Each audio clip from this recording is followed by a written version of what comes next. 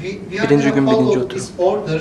We have the 5 paper, but 4 of them, the presenter will be here.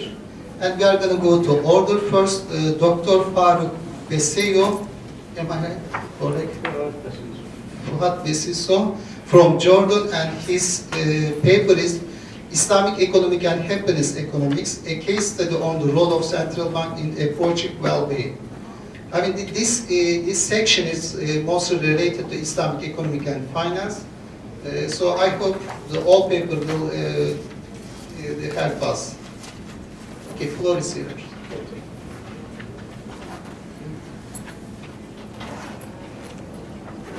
Bismillahirrahmanirrahim. I would like to begin my presentation by thanking all the organizers of this important conference on the shadow economics, mainly concentrating. And my thanks to the organizers. And also I must thank all attendants for this conference in this difficult position of Turkish situation, and they are all should be credited for coming in this difficult stage, and I am very happy to insist to attend this conference despite the situation, and I hope that things will be better and under control by this government and by the President Erdogan. This is a must beginning at this stage, which is passing during this evening. Also, I'd like to thank the Chair for giving me the opportunity to talk about a subject which is known as a revolution in the economic sciences, that is on the economics of happiness. The economics of happiness would be discussed in light of Islamic economics with a practical experience, with a practical study on the role of central banks in achieving human well-being. And I chose this particular topic as a study, as a case study, because I've been the founder and first governor for Central Bank of Palestine, which is called Palestine Monetary Authority, and used to be in the Central Bank of Georgia also. So my experience on central banking led me to choose this subject as a case study, while on the Islamic economics and its role in achieving human well-being. This is a subject which I am publishing a book to be published internationally by Emerald Publishing International, and I expect to finish my book at the end of this year. I'm explaining why I choose this topic within this important event happening in Turkey, arranged by the 3 parts which are mentioned in the organization of the conference. I would like to begin while referring to the main subject of the conference on the shadow economics, and I used to be following the discussions of yesterday. Yesterday I followed deeply the discussions about the shadow economy, and I think from my knowledge about the happiness economics that there is a methodological problem by measuring the shadow economics and its aspects, because all those who are studying the shadow economics and most writings are concentrating on the GDP, the GDP effects, and their mode is directed towards dealing, fighting shadow economies would assist in raising the GMP, while GMP has been no longer the interest of many new economists reaching the economics of happiness. Now, and since about 50 years ago, the economics of happiness has been the final development in the economic sciences, because happiness economics are dealing with the well-being of the people rather than concentrating on economic growth. And the development,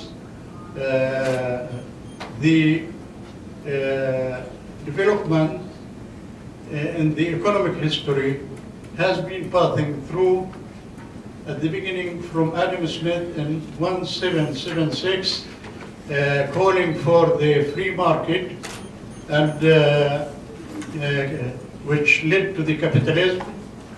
Then there were many international economic systems prevailing within the economic thought internationally. And it was developed all through since Adam Smith and created many other systems. All these systems proved to be misleading to what was expected. And the international economic crisis of 2007 proved that all followed economic system all over the world could not achieve human well-being. And this is why the third road is being looked at and searched through economic thought. At the end, why they came to the happiness economics? Because happiness economics is discovered to be a real indicators allowing the public and the private sector to evaluate the real well-being of the people, whether it is progressing or not, including subjective in addition to objective indicators.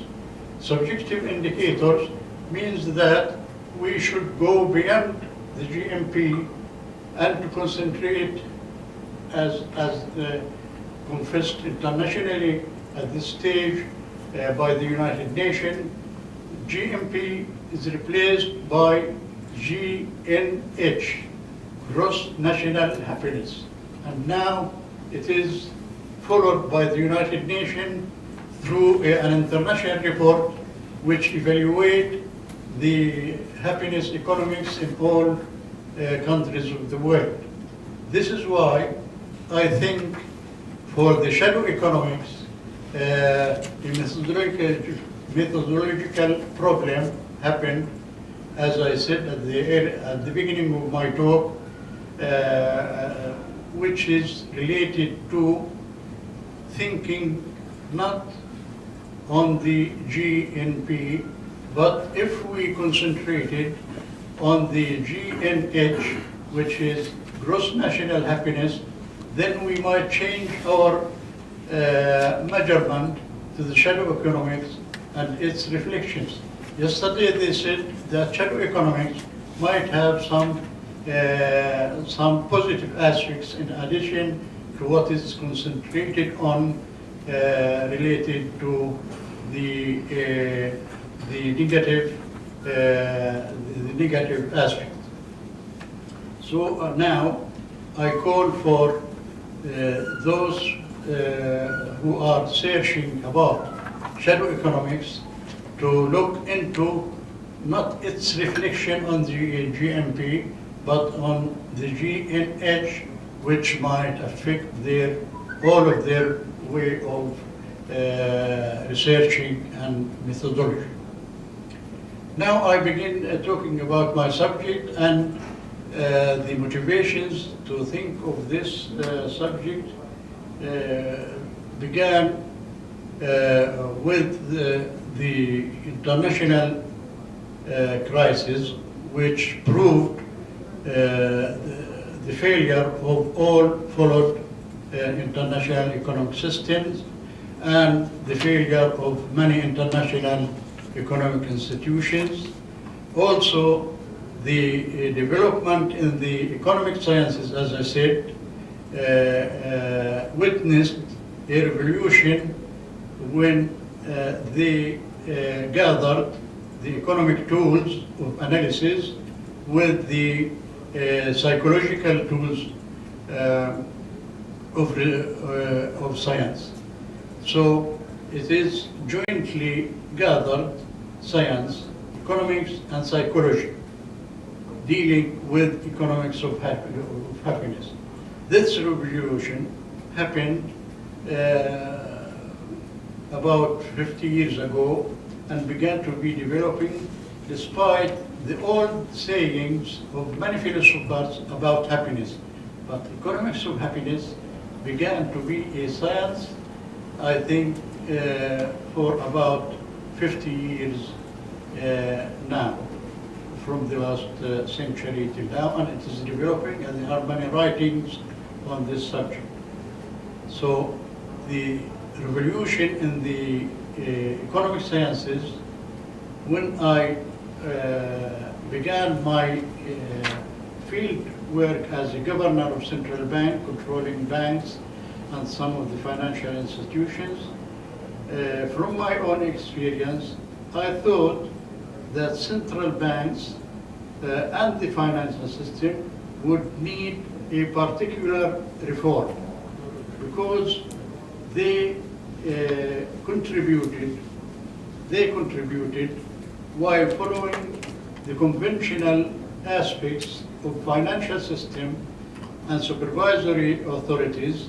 They followed an internationally followed methods which in my view should be subject to more reforms at this stage mainly as caused by the international economic crisis.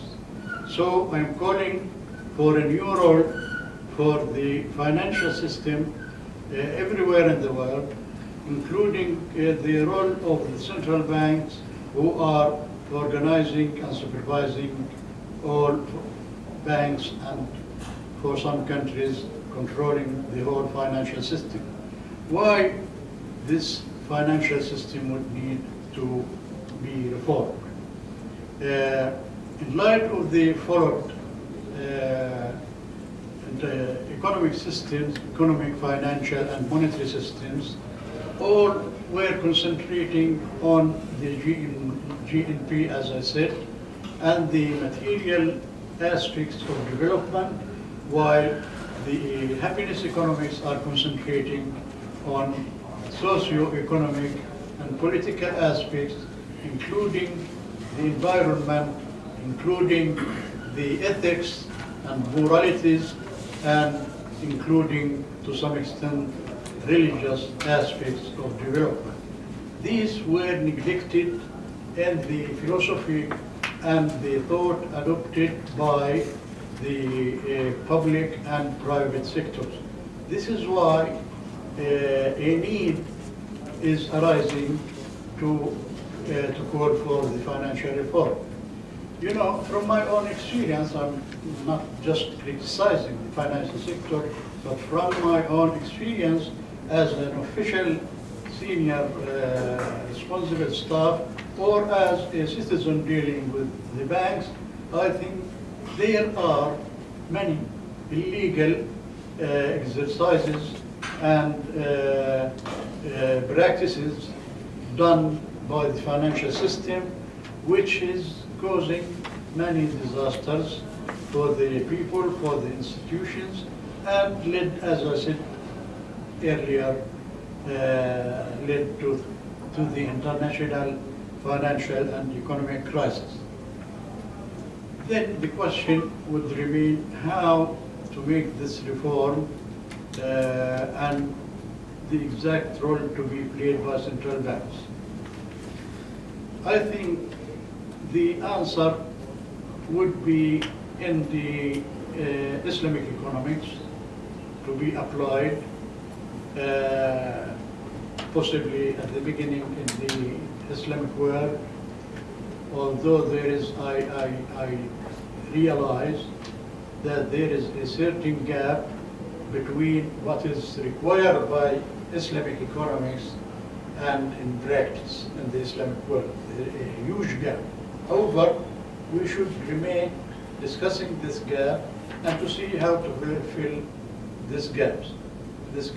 Supposing that the answer is in the Islamic economics, and there are many reasons to say that, not only referring to the success of Islamic banking as part of Islamic economics all over the world and its rapid growth all over the world, including the many financial materials and financial instruments like Islamic bonds, sukuk, which is now widely spreading all over the world, and it is thought that these Islamic economies are developing by 17% in general terms during the last 30 years.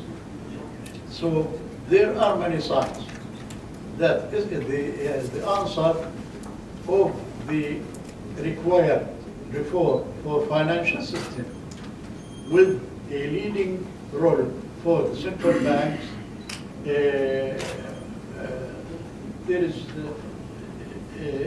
an answer referring to the Islamic economics for the reasons which I've been mentioning.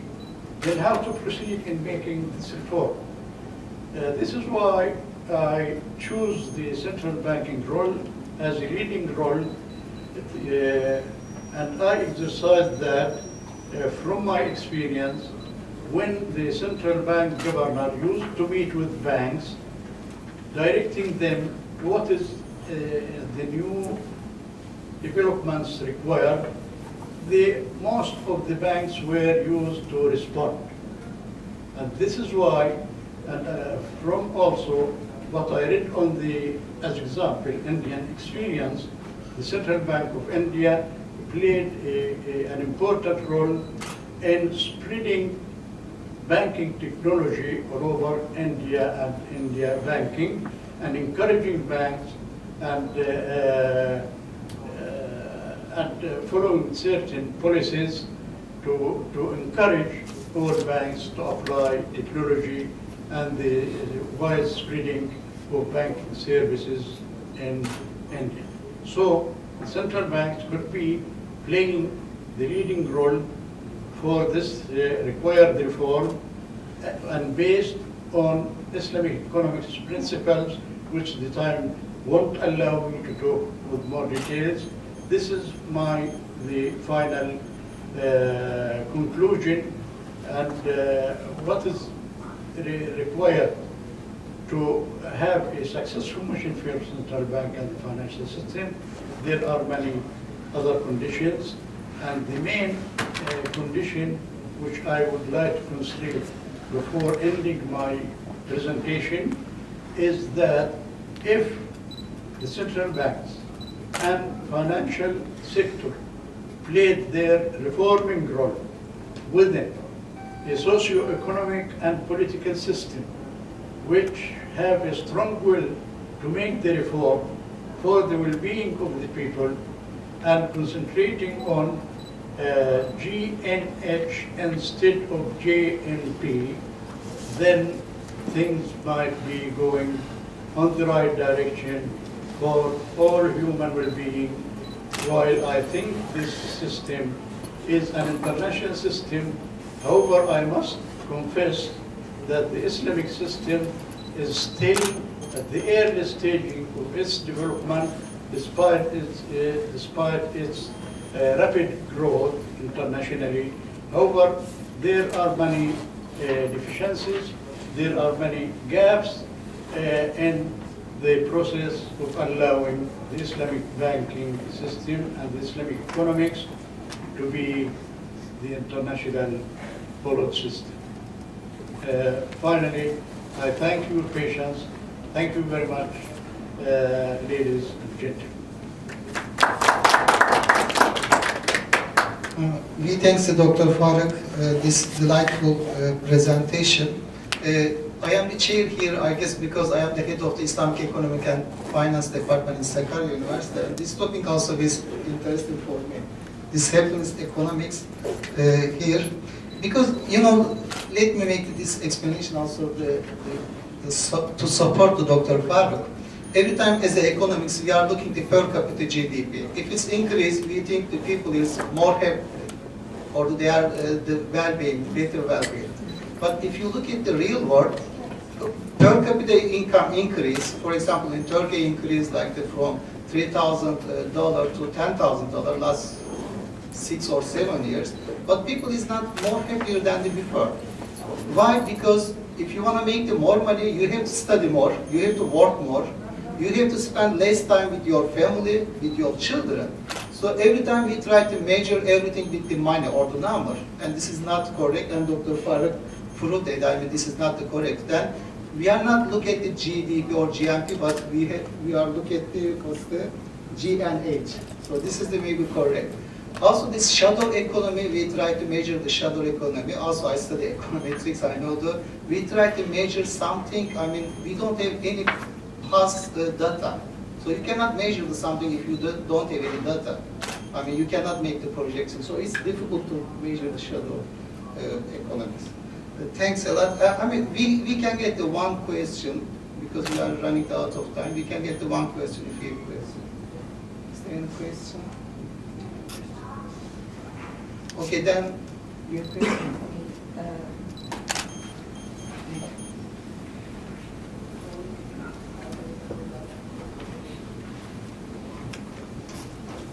I thank Mr. Fuad for his important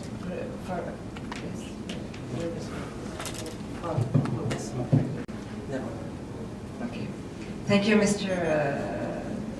Fuad, for your important presentation. I don't have a question, but I want just to add that is the happiness. Maybe it's aligned to ethical economy. It's what we tell the ethical. There is not only the Islamic economic and ethical. There is a lot of other economic system that study this ethical principle. So that's it. I want just to add an information. We thank Dr. Faruk. Our second case is Dr. Hamida from Morocco, and his paper is Zakat and Distribution of the Wealth of Islamic Economy Case of Morocco. The floor is yours.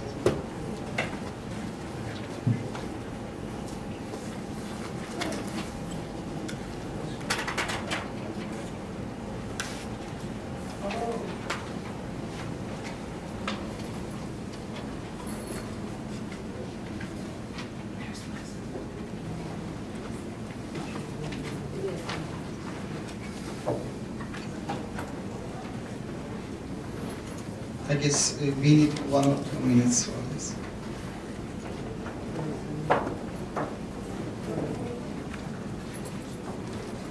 Dr. Kalay is here. Kalay Fedi.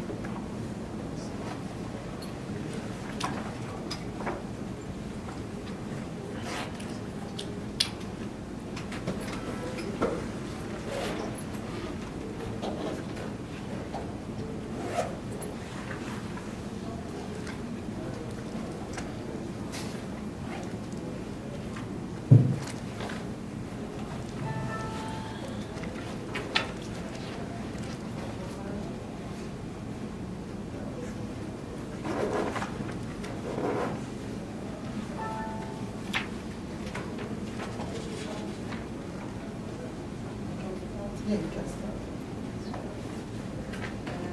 Bismillahirrahmanirrahim. I want to thank the Sankara University for the organization. So I am Hamida Hajouji from Morocco, a PhD student in economic Islamic economy at University of Istanbul, and also I am an assistant professor in economic. So my topic is relating to happiness of economic Islamic. It's another principle of economic Islamic which brings us the happiness. It's zakat. My topic is zakat and distribution of wealth on Islamic economic. The case of Morocco. In this presentation, I will present the methodology after the introduction. So also the worldwide distribution equality in the 21st century, the principle of zakat and its role in distribution of wealth, the zakat and distribution of wealth in Morocco. So the concept of wealth distribution is an important concept who interests everybody, rich and poor, politician or citizen. It's a subject has been an important value for many centuries. So this was I chose this subject. This presentation it will be a theoretical approach and an empirical observation study based on a theoretical study and observation as Morocco. So the question this is raised us to ask an important question.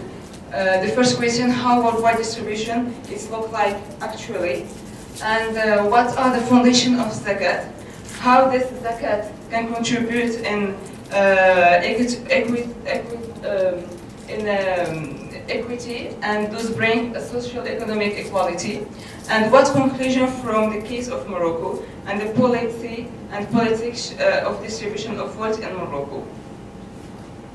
The objective of this research is to critique the conventional economic system by studying the inequality distribution of wealth at the 21st century. Also to study the economic Islamic and the different role of zakat in promoting social and economic equality. And the end to present the results of Moroccan politics and policy in terms of wealth distribution of wealth. In this research, I will adopt in the methodology the collection of data, internet, books, journals, and based in historical study. I subdivide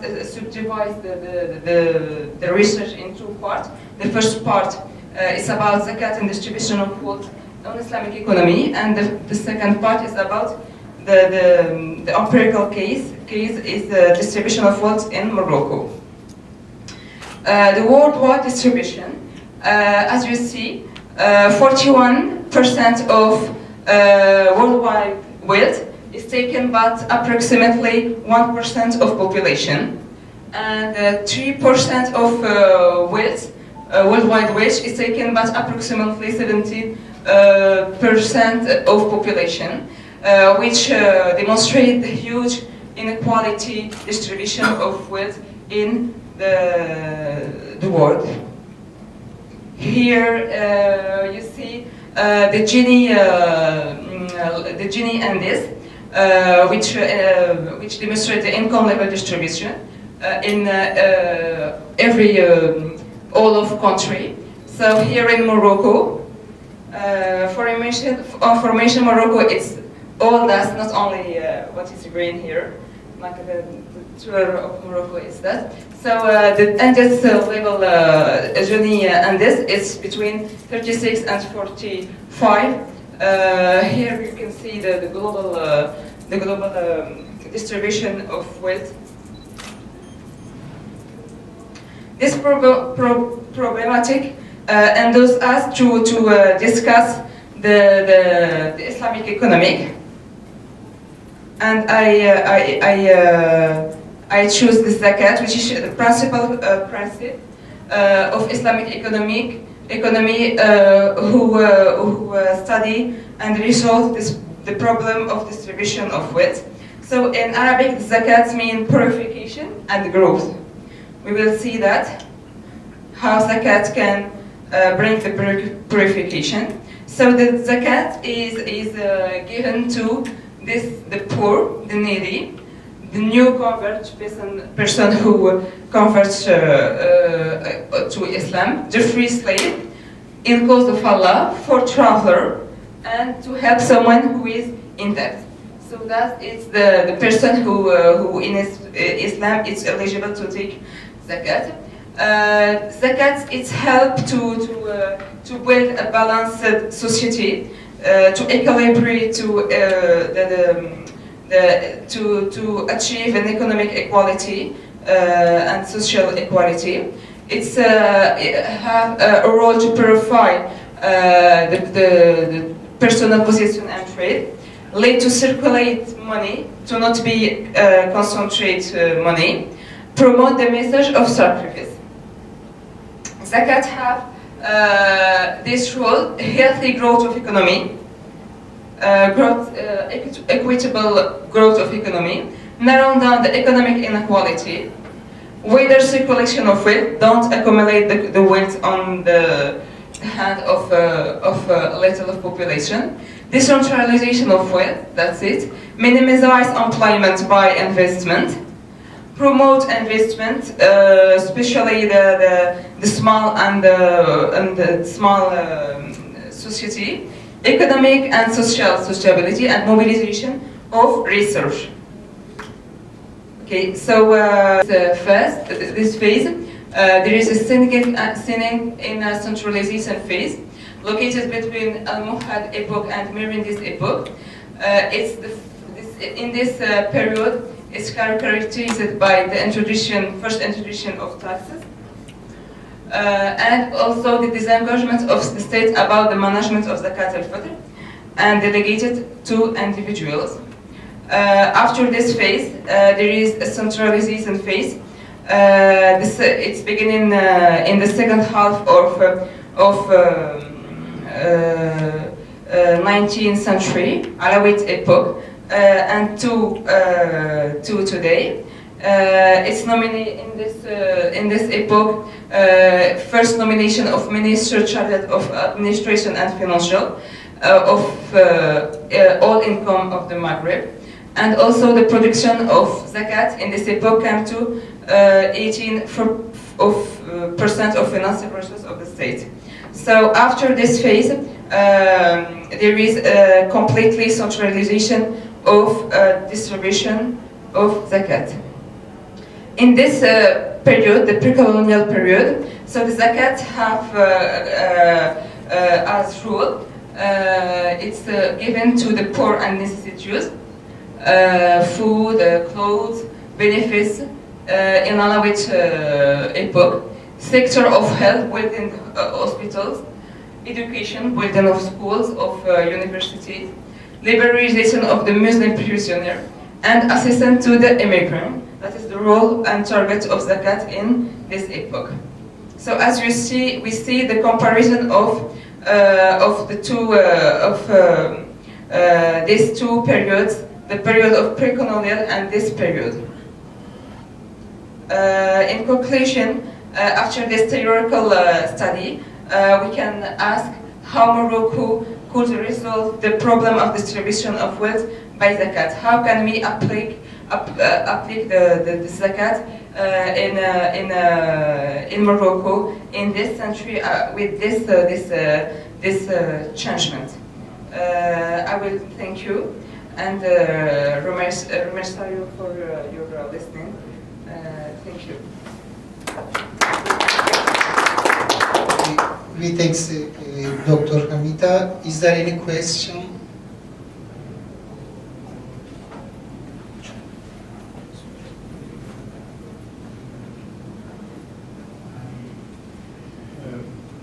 Well, thanking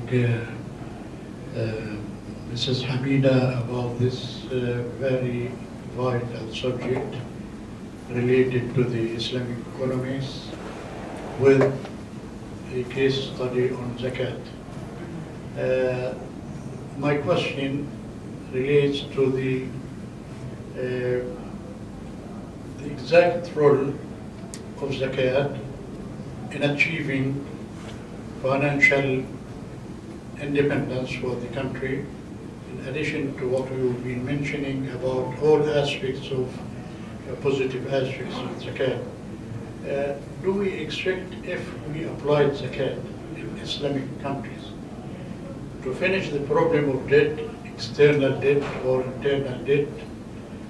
What's the scenario expected while applying the zakat, and how to solve the current economic problems, and also what the role of zakat in avoiding public policies problems and crises?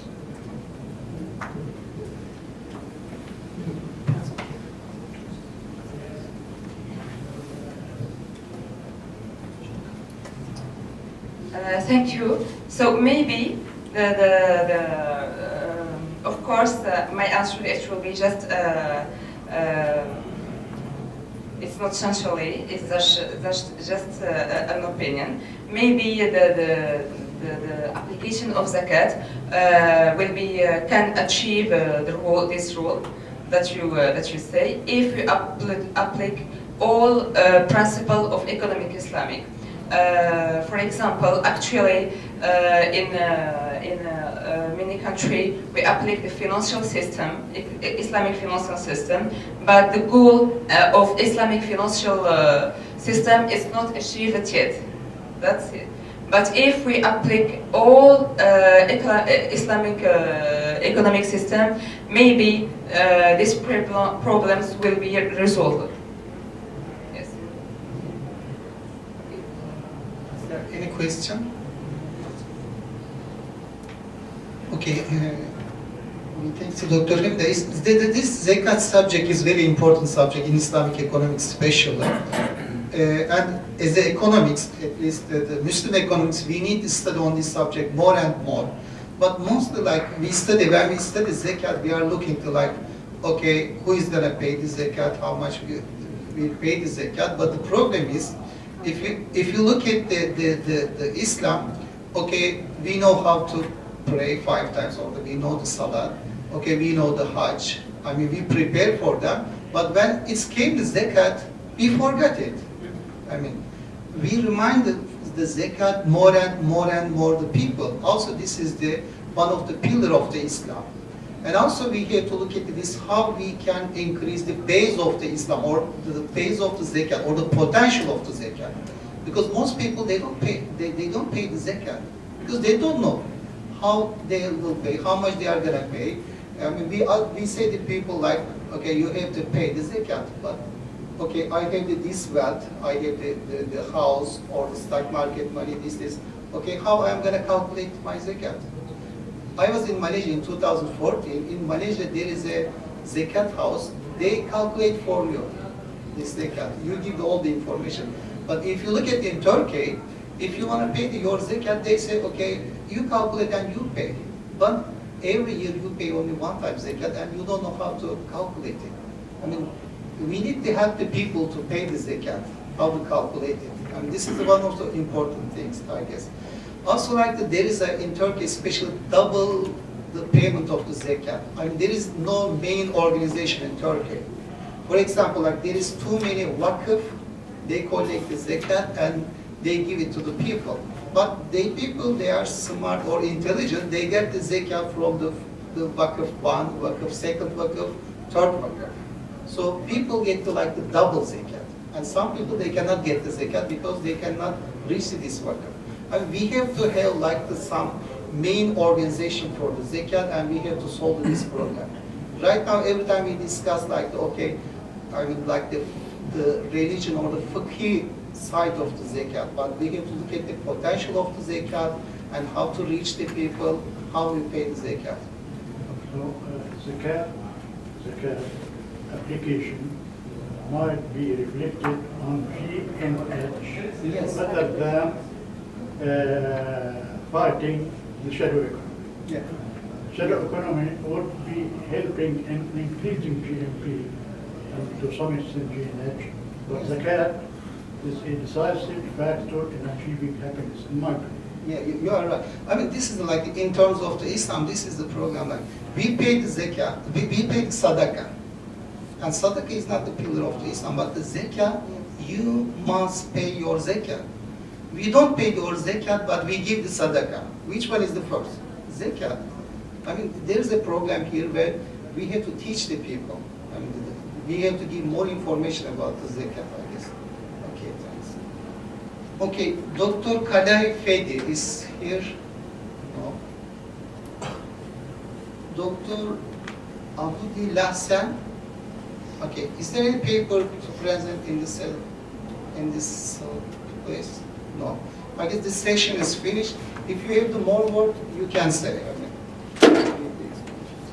Okay, then it's finished. Thanks for all of you.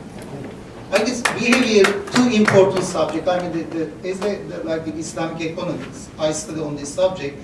This happiness of economics or the happiness economics, and the zakat is, I guess, the most two important subject in economics. And as a Muslim economics, we have studied more and more on this subject. But we look at it from this different perspective. I mean, we cannot look at it from conventional economics perspective on this subject. We have to look at it as a Muslim economics. But every time we study that, I mean, we make this mistake. We study Islamic economics, we start from the conventional economics. And this is the mistake, I guess. We have to correct this one. So, Yeah.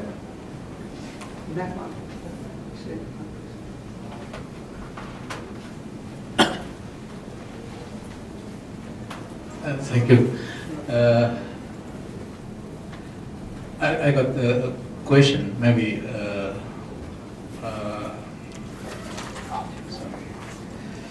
Dr. Fuad or Dr. Hamida can answer. What is the position of zakah legally from Islamic perspective in comparison to salah? Now, people feel sinful if do not perform salah, but they do not feel sinful if they don't pay zakat. So what actually zakat in the perspective of maybe fiqh or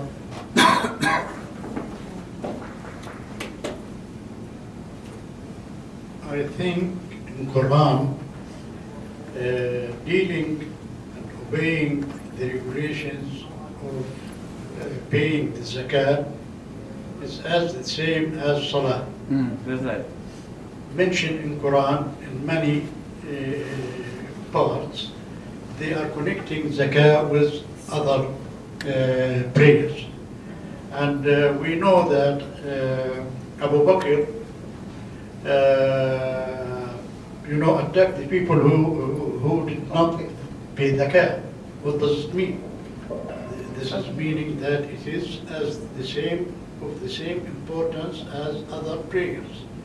So, as the chairman of the session mentioned, that we need strong efforts allowing the zakat to be applicable, including establishing a general institution with a strong political will to teach the people, to direct the people how to pay their zakat and to count the zakat. There are many things, and I will repeat by saying that if zakat is applied very well, then many of the economic, financial problems would be disappearing. My impression about Islamic economics that it is taught in many universities, research centers, but there is remaining a gap between the application and the theory. A huge gap in the Islamic world and all over the world. Unless this gap being filled by a way or another with certain policies adopted with a strong and honest will and convince in convincing with the reflections, the favorable reflections of applying Islamic economics. Otherwise, it will stay in the academic circles only. Thank you.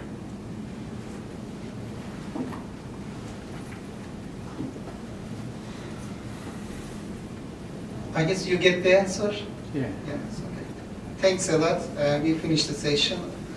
For me, it's really helpful, the session. I learned a lot. Thanks a lot.